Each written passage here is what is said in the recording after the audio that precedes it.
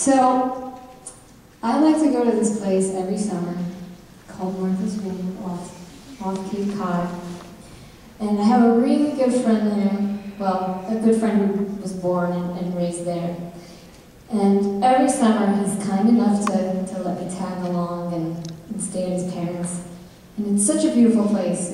It's really become one of my favorite places of all time.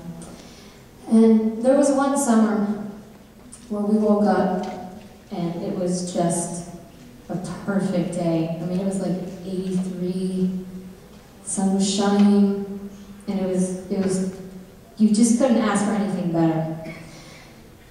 And I decided that the only way to make it even better was to eat some mushrooms. And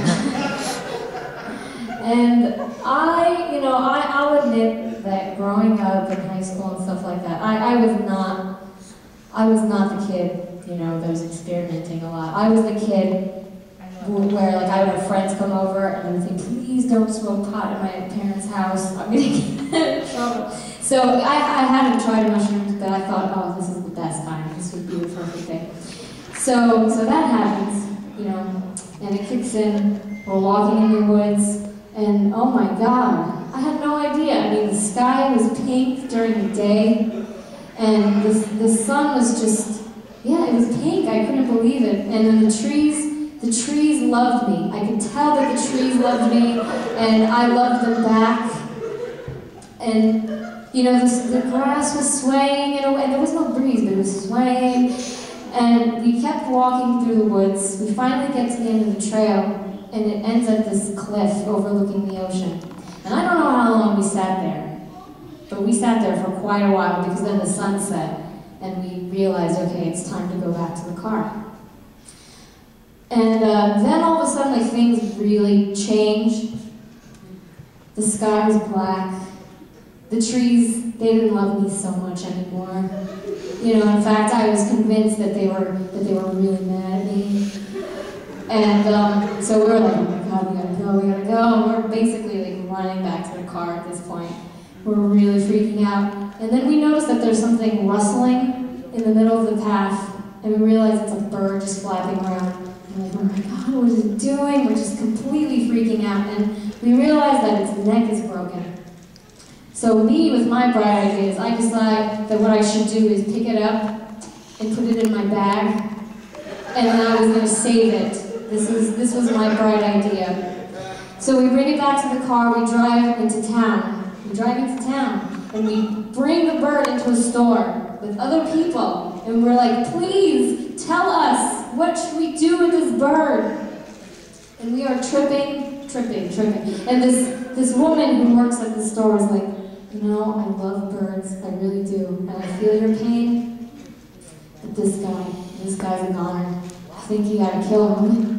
Oh, no, I mean, we're just completely freaking out, crying. We start crying in the store. We're like, but look at this bird, he's so adorable, we named him already. His name is Ziggy, and she's like, yeah, I don't think so. So we go back into the woods. And we decide, all right, who's going to do it? I'm not going to do it. No, you do it. I'm not going to do it.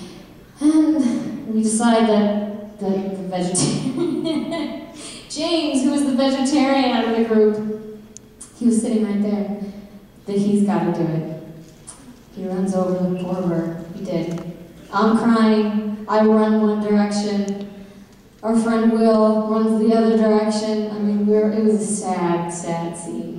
And we're tripping balls at this point. So you can imagine like what this scene looked like and how we felt at the time. So yeah, poor Ziggy, that was it. That was it for him. And I swear to God that I felt really bad about this. We could have just left him there with his friends, and no, because we're tripping, we decided that we could save him, and we had to like take him on this horrible, scary, I'm sure it was really scary for him too, this horrible, scary mission. But in any case, thank God we didn't just walk away with this very interesting story. When we were sitting there on the cliff, James heard a song that was carried to him on a breeze.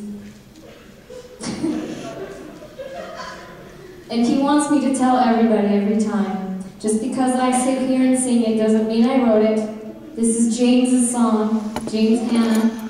I'm giving him the credit. This is called Don't Belong.